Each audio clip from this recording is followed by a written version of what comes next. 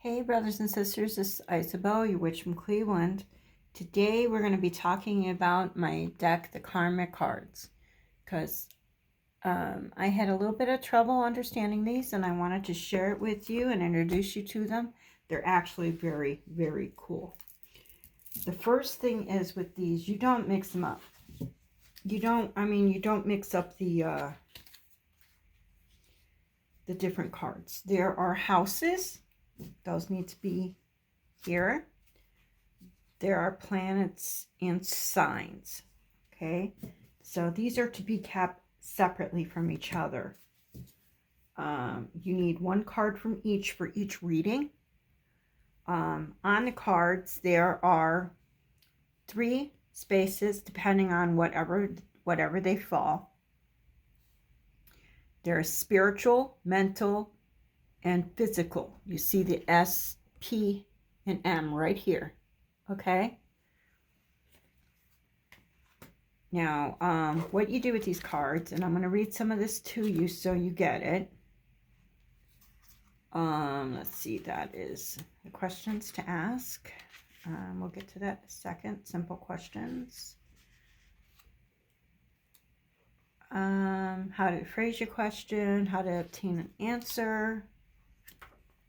It's got a lot of really insightful stuff in the book. You need to read the book from cover to cover before you actually do anything. Let's see. Sample questions. Where are we? Spiritual. Yeah, I already did that. Let's start with centering yourself. You need to get yourself grounded. You need to get yourself centered. Find that quiet little space that you can go until you learn how to use the cards. And the cards are to communicate with the higher self. And the higher self, as it's explained in here, is not some obscure place in the back of the mind, in the back of the subconscious. The higher self is actually with us 24/7. I think that's amazing. Our daily lives get into in the way of the higher self, of hearing the higher self, usually on a continuous basis.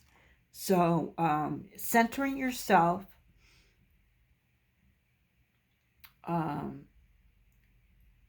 take 3 deep, luxurious breaths to help you center, concentrate, and feel invisible. Life-giving air surrounds you, filling you up and rushing out to surround you once again.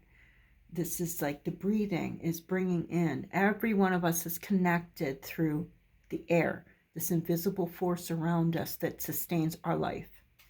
So control your breath leads to control of mind and body, bringing them into a natural harmony in the spirit, with the spirit, sorry.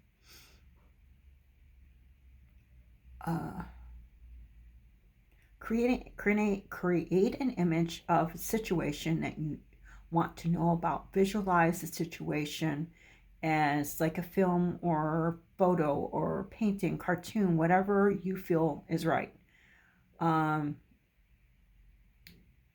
Some people don't see their situations in form at all, in picture form or anything like that. They can hear it or they can see it spelled out. As long as you are concentrating on the question, you can't go wrong. Some people are so deeply involved in their situation that they barely get out of their mind's eye. That is not the way you get an accurate answer. Concentration is required, not obsession. And I liked hearing that. I phrase your questions as what will come? What should I do? What should I keep in mind? What kind of situation, mood, atmosphere can I expect? These are great questions. They really won't come as yes or no until you really learn how to read the cards and connect with them better. Then you'll start hearing those yes or no's. Shuffle the planet deck until you feel comfortable. Some people shuffle until they are finished asking the question. Others picture a personal or divine symbol hovering over their situation, and they wait until the signal is sent for readiness. A smile, gesture, or anything personal. Repeat the procedure as the stack centered marked the signs, and then with the ones marked house. They should always be in this situation: planets, signs, houses. Planets, sign, houses. Keep them that way at all times. Yeah,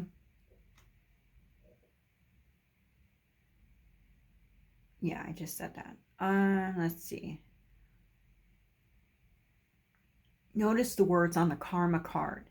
Some words are printed in 3 different shades of blue and surrounded by blue cartouche design, and others are in shades of red and surrounded by a red cartouche design. If you want to know the outcome of a situation, arrange the 3 cards so that you can read the blue. So blue is for outcome, red is for action, what you should do in the situation. I said that. Simply turn the cards around, always keeping the 3 decks in the planets, signs, houses order from left to right. At last, now this is where the fun starts. So after you get your cards pulled, you shuffle them until your cards, however you do, you do you. If you pull them out or you shuffle them until one flies out or whatever, keep that card here in the planets for the planets, the signs for the signs, a house for the house. When you have all 3 turned over, then you have the single letter, the S, the P, the S, the M, and the P to the left of the words. These letters donate the 3 levels of answers you can obtain. The spiritual is what's best for nurturing the soul. The mental is what's best for nurturing the intellect. The physical is what's best for nurturing the body needs. At least one of these levels contains the answer to your question. But where is the answer? Simply read the sentence formed by these words on a spiritual level of the 3 karma cards. See our example. Okay. So if this card,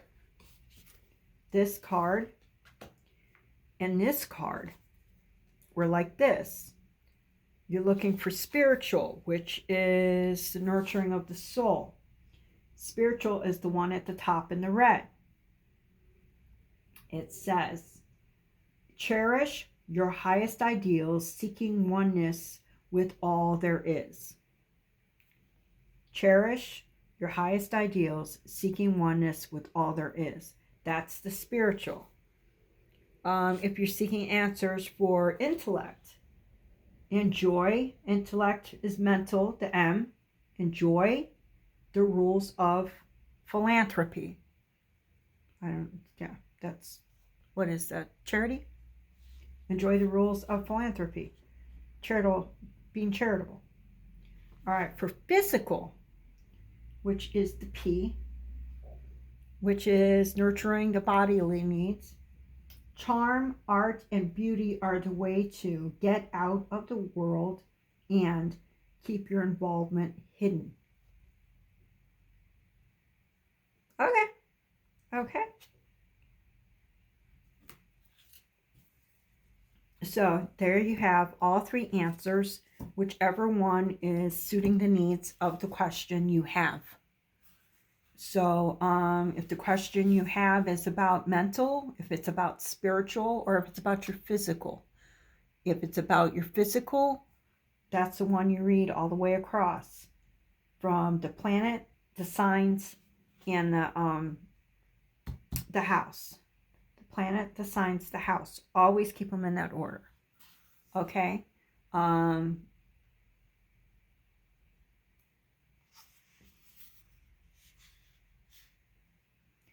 That's for the, okay, I'm sorry. That's for red. That's for action.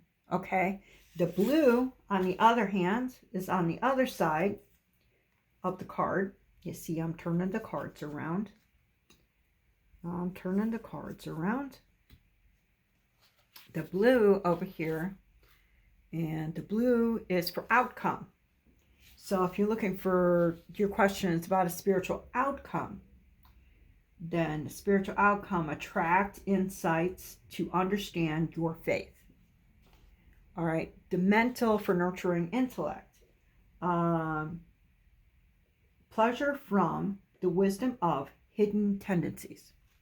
Okay, the physical, good times resulting from understanding of large institutions or overwhelming events.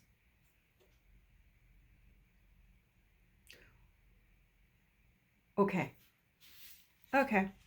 Now, all of these cards have more of their meanings in the back. You know, the houses are back here, as you can see. Then we have the planets, or wait, why do we have planets? It's supposed to be signs.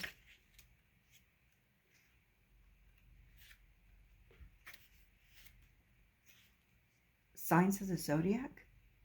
All right, I don't know why signs is first when planets is supposed to be first, but there we go. I think that was a mix-up. But that's how it is. Some friendly words of warning.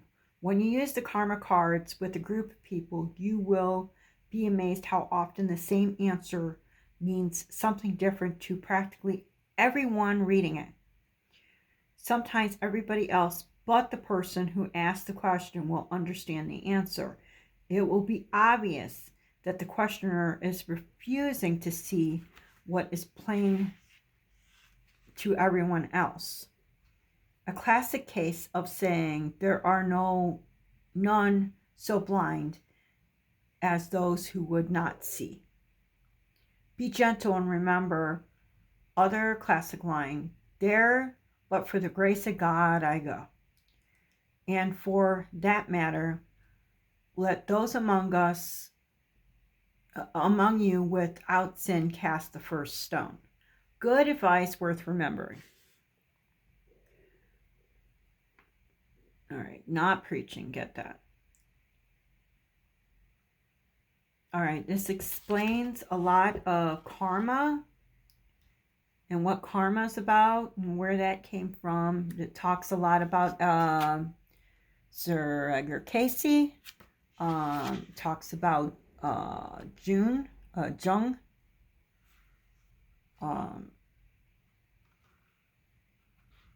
This is written by Montefiore.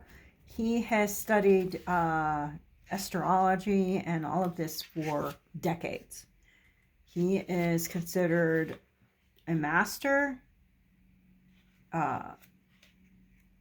mechanic, and that's what he's called, celestial mechanics. So yeah, it talks like right here, it talks a lot about Edgar Cayce, which I did not know he's the one that made the word karma.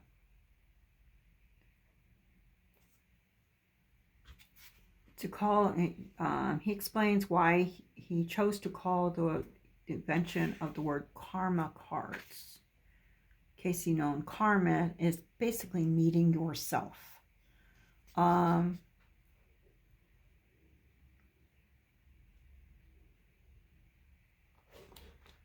Let's see.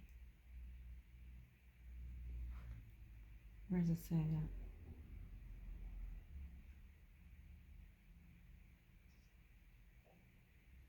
Our higher self, the power of which Cayce documented so well in thousands of readings, knows that our individual is inviolate and survives. Although our bodies must change and return to the soil that sustains material life. To our higher self, the individual lifetimes it experiences throughout time are like unique talents we possess and explore at different times in life when the conditions are right. So,